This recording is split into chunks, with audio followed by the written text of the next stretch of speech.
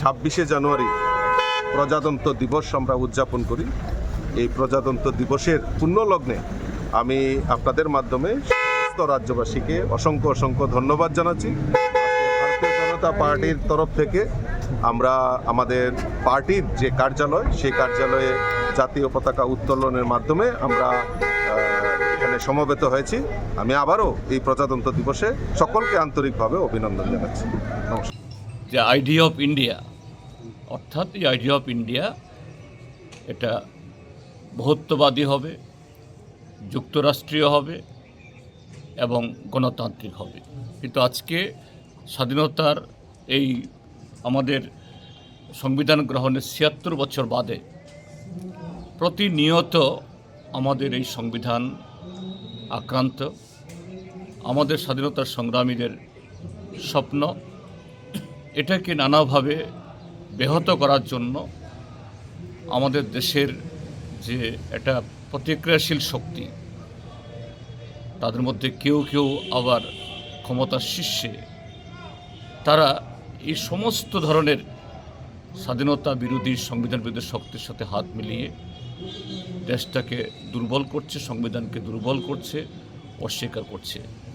তো আজকের এই দিন শুধু আমাদের কাছে উদযাপন নয়, আমরা কিভাবে এই সংবিধানকে আরও মজবুত সুরক্ষিত করব এবং তার হাত ধরে আমাদের স্বাধীনতার সংগ্রামীদের স্বপ্নকে আমরা এগিয়ে নিয়ে যাব, তারই শপথ গ্রহণ করার দিন।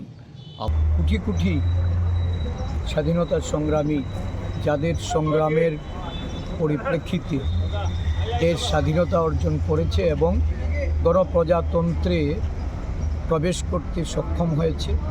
আমরা জাতির জনক মহাত্মা গান্ধী, সংবিধান প্রণেতা ডক্টর বি.আর. আম্বেদকর, নেতাজি সুভাষচন্দ্র বসু, জওহরলাল নেহেরু, আমাদের এই দেশের অন্যান্য যারা বীর স্বাধীনতা যোদ্ধা, তাদের প্রতি শ্রদ্ধা জানাই। এই দিনটি ভারতবর্ষ গণপ্রজাতন্ত্রে প্রবেশ করে সভেরেনিটি, সোশ্যালিজম, ডেমোক্রেসি এবং আমাদের যে রিপাবলিকান এই যুক্তরাজ্যীয় কাঠামো, এই কাঠামোকে আমরা দিন দিন শক্তিশালী করে দেশের ঐক্য সংহতি বজায় রাখার লক্ষ্যে আমাদের দেশের সমগ্র অংশের মানুষকে এগিয়ে আসার জন্য আজকে শপথ গ্রহণ করতে। দুর্ভাগ্য যে সংবিধানকে আজকে আমরা ভারতবর্ষের আত্মারূপে গ্রহণ করেছি, যে সংবিধান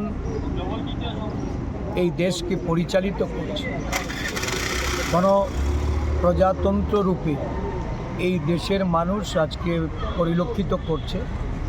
সংবিধানকে বিলুপ্ত করার, সংবিধানকে দুর্বল করার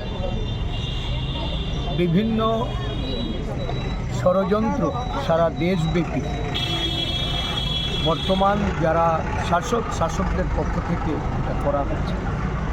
আমরা সংবিধান বাঁচাতে যুক্তরাষ্ট্রীয় কাঠামোকে শক্তিশালী রূপে